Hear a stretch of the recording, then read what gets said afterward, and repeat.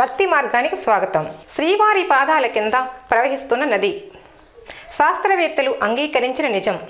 అవునండి, తిరుమలగిరిలో అంతర్గతంగా ఒక నది ప్రవహిస్తుందని మీకు తెలుసా? నమ్మడం లేదు కదూ? అయితే మీరు ఈ వీడియో చూడవలసిందే.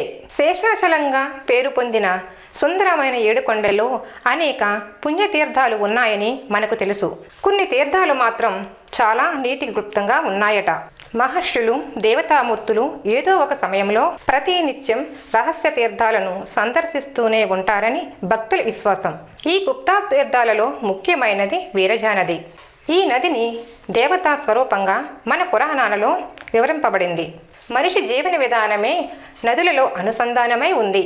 భారతదేశంలో ప్రవహించే నదుల్లో సరస్వతి నది అంతర్వాహిని అని మనకు తెలుసు. అలాగే అంతర్వాహిని నది మన తిరుమలలో ఉందని డెహ్రాడూన్కి చెందిన ప్రభుత్వ శాటిలైట్ సంస్థ నిర్ధారించింది. ఈ సంస్థ తీసిన శాటిలైట్ ఛాయాచిత్రాలలో ఈ వీరజా నది యొక్క ఆనవాళ్లు స్పష్టంగా కనిపించాయట. తిరుమలలో సమస్త జలాధారులకు ఈ వీరజా నది మూల కారణం. అంతేకాదు, ఇప్పటికీ ఈ నది తిరుమలగిరిలో ప్రవహిస్తూ శ్రీనివాసుని పాదాలకు ప్రదక్షిణలు చేసి శ్రీవారి సన్నిధికి పక్కన ఉన్న పుష్కరిణిలో కలుస్తున్నట్లు ప్రాచీన గ్రంథాలు తెలియజేస్తున్నాయి. నిజానికి శ్రీవారి ఆలయం ఉన్న ప్రాంతంలో ఆ వీరజా నది ప్రవహిస్తూ ఉండేది.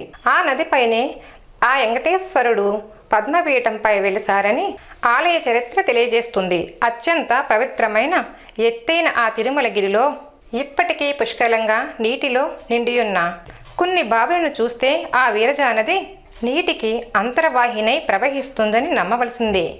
వీరజా నది ఇప్పటికీ అక్కడ అంతర్వాహినిగా ప్రవహిస్తుందని తెలియజేసి కొన్ని ఆనవాళ్లు శ్రీవారి ఆలయంలో ఉన్నాయట. సంపంగి ప్రాకారంలో ఉగ్రాణ దగ్గర ఉన్న ఆ వీరజా నదిని మనం సందర్శించవచ్చు.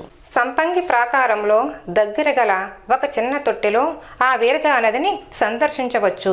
గర్భాలయములో స్వామివారి పాదాల చెంత అప్పుడప్పుడు శమాయింపు వస్తుందట. గర్భాలయంలోకి వచ్చిన నీటిని అర్చకులు బయటికి తోడివేస్తారు. శ్రీవారి పాదాలు సమీపంలో ఉన్నప్పుడు నీటి గలగలలు, ప్రవాహాల శబ్దాలు వినిపిస్తాయని చెప్తారు.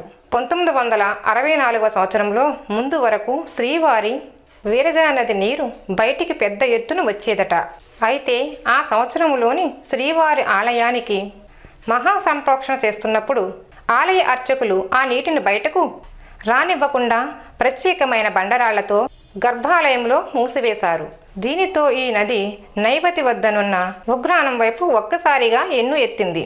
ఆ విధంగా శ్రీవారి ఆలయానికి వాయువ్యం వైపు ఉన్న చక్రతీర్థాల నుండి అంతర్వాహినిగా వస్తూ వారి ఆలయంలోకి ప్రవేశించి శ్రీవారి పాదాలకు ప్రదక్షిణలు చేసుకుని ఆలయానికి ఈశాన్యంలో ఉన్న పుష్కరిలో కలుస్తుంది.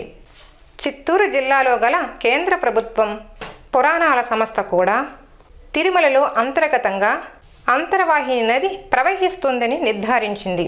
ఈ సర్వేలను పరిశీలించిన అధికారులు మన పురాణాలలో తెలిపిన విధంగా ఒక పెద్ద అంతర్వాహిని నది ఆలయానికి వాయువ్యంపై ఉన్న ఆ నారాయణగిరి పర్వతంలోంచి శ్రీవారి ఆలయానికి వచ్చినట్లు నిర్ధారించారు. ఈ ప్రవాహాన్ని పురాణాల్లో తెలిపిన వీరజా నది కావచ్చు అని కూడా అంటున్నారు. శాస్త్రవేత్తలు ఈ విధంగా తిరుమలలో అంతర్వాహినిగా ప్రవహిస్తూ పుష్కరిలో చేరి భక్తులను పునీతం చేస్తున్నది దేవగంగా స్వరూపమైన వీరజా నది. భక్తి మార్గం ప్రేక్షకులకు ధన్యవాదాలు.